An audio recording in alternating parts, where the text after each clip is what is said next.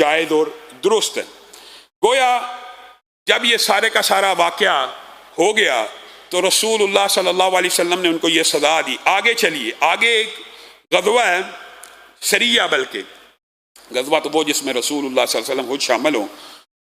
رسول اللہ صلی اللہ علیہ وسلم نے ابو عبیدہ ابن جراح کو 300 سواروں کے ساتھ اس سریے کو، ویسے سیف البحر بھی کہتے ہیں لیکن وہ حضرت حمزہ کے ساتھ خاص ہے، اس لیے اس کو تاریخ کے اندر اور سیرت کے اندر جیش الخبط کہنا چاہیے۔ جیش الخبط سے مراد پتوں والا لشکر، پتوں والا، داڑھیوں والا۔ اس کو کیوں کہا گیا کہ ابو عبیدہ ابن جراح کو دور ساحل کے کنارے رسول اللہ صلی اللہ علیہ وسلم نے کارروائی کرنے کے لیے بھیجا تو آپ کے پاس خوراک ختم ہو گئی۔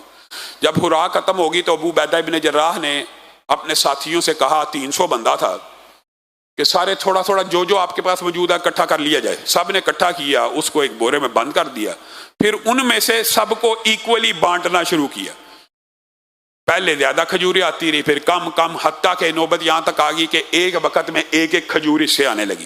پھر جب وہ بھی ختم ہو گئی تو صحابہ نے پتوں کو اور کیکر کو اور مختلف ٹہنیوں کو چبانا شروع کیا۔ اس لیے اس کو کہتے ہیں جیش الخبط، کہ پتوں والا لشکر۔ اب لیکن بھوک آپ کو پتا ہے خشک جھاڑیوں سے تو نہیں بجھتی، تو انہوں نے اونٹوں کو ذبح کرنا شروع کر دیا۔ چند اونٹ ذبح کیے تو انہوں نے کہا کہ اس طرح تو اونٹ ختم ہو جائیں گے، تو اونٹوں کو ذبح کرنے سے منع کیا۔ تو اللہ رب العزت کی طرف سے، اللہ کی رحمت سے، انہوں نے ساحل سمندر کے اوپر ایک عظیم الشان مچھلی کو دیکھا۔ عظیم الشان کہتے ہیں ٹیلے سے بھی بڑی تھی، اور اس وقت عرب میں اس مچھلی کو امبر کہتے تھے، اور آج کل کے دور میں شاید واللہ عالم بعض لوگ قیاس کرتے ہیں کہ اس سے مراد ویل مچھلی ہے، ویل جو بہت بڑی ہوتی ہے۔ لیکن اس مچھلی کے بارے میں صحابہ کہتے ہیں کہ اتنی بڑی تھی، جب ہم نے اس کے گوشت کو، اس کے روغن کو کھانا شروع کیا تو ہم ایسے تندرست، وہ جو ایک ایک کھجور سے جسم میں کمزوری تھی، تندرست و توانا ہو گئے۔ تو جب کافی گوشت کھا لیا تو اس کی پسلی، صرف پسلی، اس کو ہم نے کھڑا کیا اور ایک اونٹ کے اوپر بندے کو سوار کیا، اور اس کو کہا ذرا ناپو یہ کتنی بڑی مچھلی ہے، تو وہ اونٹ سوار اس کی پسلی کے نیچے سے گزر گیا اور سر پسلی کو ٹچ نہ ہوا، اتنی بڑی مچھلی تھی۔ تو رسول اللہ صلی اللہ علیہ وسلم کے پاس پہنچے اور آ کے یہ بات بتائی کہ اللہ کے رسول مجبور تھے، کوئی چیز کھانے کو نہیں تھی، ایک مردار وہاں پہ پڑا تھا، آگے ہم نے کھا لیا۔ تو یہاں سے ایک بہت بڑا فقہی قاعدہ بھی نکلتا ہے، جس کی اول بات آپ کے سامنے رکھ دیتے ہیں، باقی انشاءاللہ آئندہ آنے والے خطبے میں رکھیں گے۔ رسول اللہ صلی اللہ علیہ وسلم نے کہا نہیں، کہاں ہے، اگر اس کا کچھ گوشت موجود ہے، کوئی روغن موجود ہے تو مجھے بھی کھلاؤ، اللہ نے تمہارے لیے میزبانی کا انتظام کیا تھا۔ اور ایک صحابی نے دیا، رسول اللہ نے اس میں سے تناول بھی فرمایا۔ یہاں رسول اللہ صلی اللہ علیہ وسلم نے جو فقہی قاعدہ اور کلیہ بیان کیا وہ یہ ہے، جو آپ کو عام فہم سمجھ بھی آ گئی ہوگی، کہ مردار مچھلی تھی، ساحل سمندر پہ آ گئی، مری ہوئی تھی، صحابہ نے اس کو کھایا۔ تو یہاں سے کیا بات ثابت ہوتی ہے کہ سمندر کا جو مردار ہوتا ہے، دریا کا، پانی کا جو مردار، ایک ہے پانی کا مردار، دو طریقے کا ہوتا ہے۔ ایک مردار پانی کا یہ ہوتا ہے، آپ نے زندہ کو پکڑا، باہر نکالا، ذبح نہ کیا، مردار ہو گیا دم گھٹنے سے، ایک مردار کی یہ قسم ہے۔ دوسرا پانی کے اندر مر چکا ہے۔ تو سمندر کے جو دونوں مردار ہیں رسول اللہ صلی اللہ علیہ وسلم نے امت کے اوپر حلال کر دیے۔ اور آپ حیران رہ جائیں گے کہ اگر عقل اور یہ جو آپ کلیہ اور قاعدے سنتے ہیں، حدیث جی قرآن سے ٹکرائے گی تو نہیں مانیں گے۔ سارے منکرین حدیث مچھلی کھاتے ہیں، سارے منکرین حدیث، اور قرآن پاک میں مردار حرام ہے۔ دو آیتیں، اور واضح طور پہ حرام ہے مردار، قرآن پاک میں مردار حرام ہے، اور رسول اللہ صلی اللہ علیہ وسلم نے کہا ہمارے لیے دو مردار حلال کر دیے گئے ہیں، ایک مچھلی کو اور ایک جراد کو۔ یہ باب طویل ہے لیکن اس کی ایک جز بیان کر رہا ہوں۔ گویا رسول اللہ صلی اللہ علیہ وسلم نے سمندر کے مرداروں کو حلال کر دیا، قرآن میں تو حرام ہے۔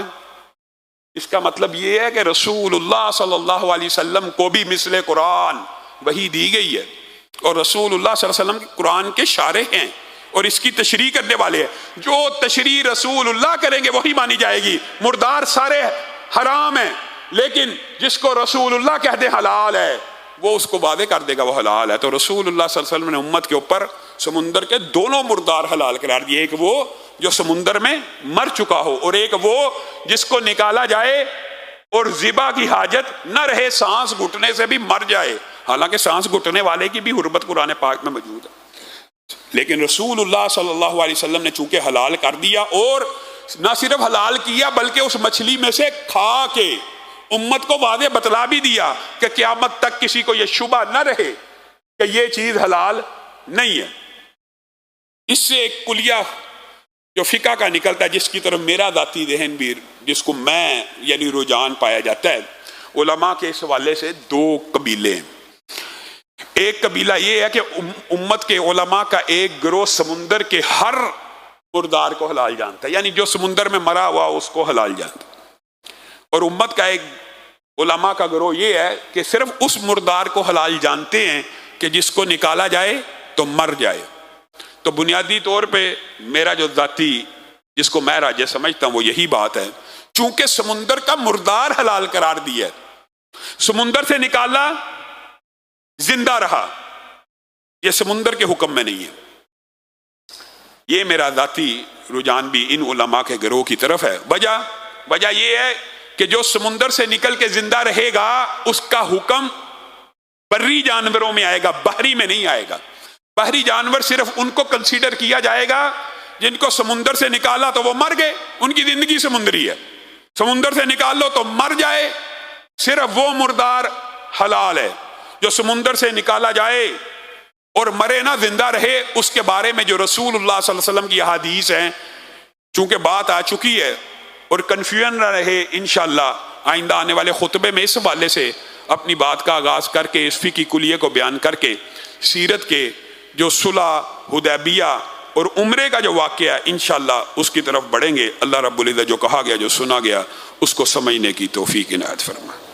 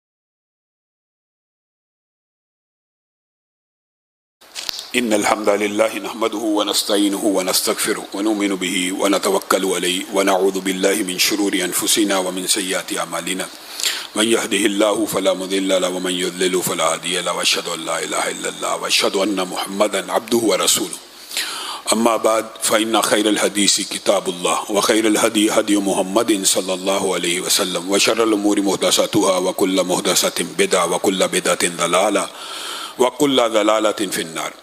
معزز سامعین گرامی قدر، ملک کے اندر حالات تیزی سے پلٹا کھا رہے ہیں۔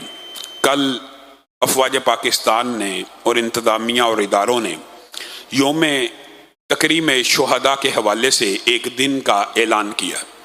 اس حوالے سے میں یہ بات کہنا چاہتا ہوں کہ تکریم شہداء کا جو کنسیپٹ ہے وہ تو قرآن پاک میں اور اسلام میں موجود ہے، اور اسلام اور مسلمانوں سے زیادہ شہداء کی تکریم کا کنسیپٹ کسی مذہب میں موجود نہیں ہے۔